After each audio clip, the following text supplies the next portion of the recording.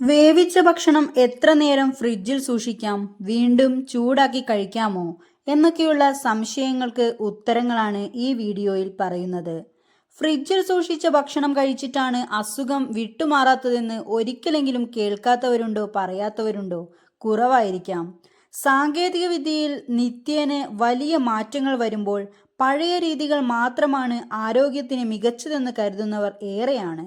എന്നാൽ ശരിക്കും ഫ്രിഡ്ജിൽ സൂക്ഷിച്ച ഭക്ഷണം പിന്നീട് ചൂടാക്കി കഴിക്കുന്നതിൽ തെറ്റുണ്ടോ? പാചകം ചെയ്യുമ്പോൾ ഭക്ഷണത്തിന്റെ പോഷകമൂല്യം നഷ്ടപ്പെടുന്നത് എങ്ങനെ കുറയ്ക്കാം? ഫ്രിഡ്ജിൽ സൂക്ഷിച്ച ഭക്ഷണം എത്ര തവണ ചൂടാക്കാം? ഭക്ഷണത്തിന്റെ ഷെൽഫ് ലൈഫ് തുടങ്ങിയ കാര്യങ്ങൾ എല്ലാം നമുക്ക് ഈ വീഡിയോയിലൂടെ പങ്കുവയ്ക്കാം.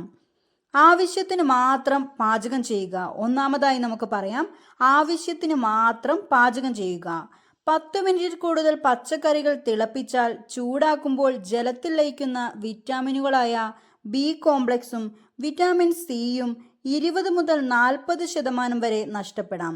ആവി കയറ്റുക, മൈക്രോവേവിംഗ്, എണ്ണയിൽ വഴറ്റുക അല്ലെങ്കിൽ 5 മിനിറ്റിൽ താഴെ സമയമെടുക്കുന്ന പ്രഷർ കുക്കിംഗ് എന്നിവ ഈ വിറ്റാമിനുകൾ നിലനിർത്താൻ സഹായിക്കുന്നു. എന്നാൽ പ്രോട്ടീനുകൾ, ധാതുക്കൾ, കൊഴുപ്പിൽ ലയിക്കുന്ന വിറ്റാമിനുകളായ എ, ഡി, ഇ, കെ എന്നിവ അമിതമായി കഴിഞ്ഞില്ലെങ്കിൽ നഷ്ടപ്പെടില്ല. ഉദാഹരണത്തിന്, ഉള്ളി ബ്രൗൺ നിറമാകുമ്പോൾ പാചകം നിർത്തുക.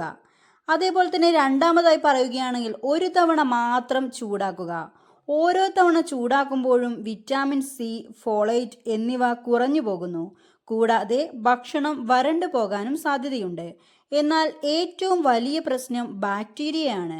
മിതമായ താപനിലയിൽ ചൂടാക്കുമ്പോൾ ബാക്ടീരിയ നശിക്കാതിരിക്കാം.